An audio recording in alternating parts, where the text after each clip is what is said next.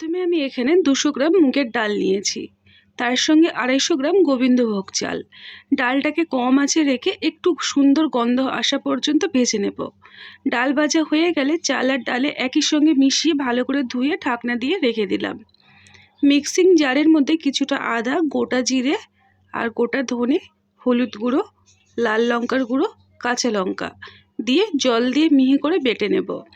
এবারে কড়াইতে তেল গরম করে লবণ আর হলুদ দিয়ে আলুগুলোকে নরম করে আর লালচে করে ভেজে নিতে হবে। ঢাকনা দিয়ে দিয়ে ভেজে নেব যাতে করে নরম হয়ে যায়। আলুগুলো আমার ভাজা হয়ে গেছে। ওই তেলের মধ্যে দিয়ে দিলাম ফোড়নে তেজপাতা, সাদা জিরে, শুকনো লঙ্কা। 1 সেকেন্ডের মতো নাড়াচাড়া করে তারপরে বাটা মশলা, চিনি আর কাশ্মীরি লঙ্কার গুঁড়ো দিয়ে তেল ছাড়া পর্যন্ত কষিয়ে দিয়ে দিলাম আগের থেকে ভিজিয়ে রাখা চাল আর ডাল। চাল ডালটাকে কষিয়ে গরম জলের মধ্যে দিয়ে দিলাম, স্বাদ মতো লবণ দিয়ে দিলাম, ঢাকনা দিয়ে রাখলাম। ঢাকনাটাকে খুলে আবারও ভালো করে নাড়িয়ে চাড়িয়ে দিচ্ছি। 3 থেকে 4 মিনিট ঢাকনা দিয়ে রেখেছিলাম।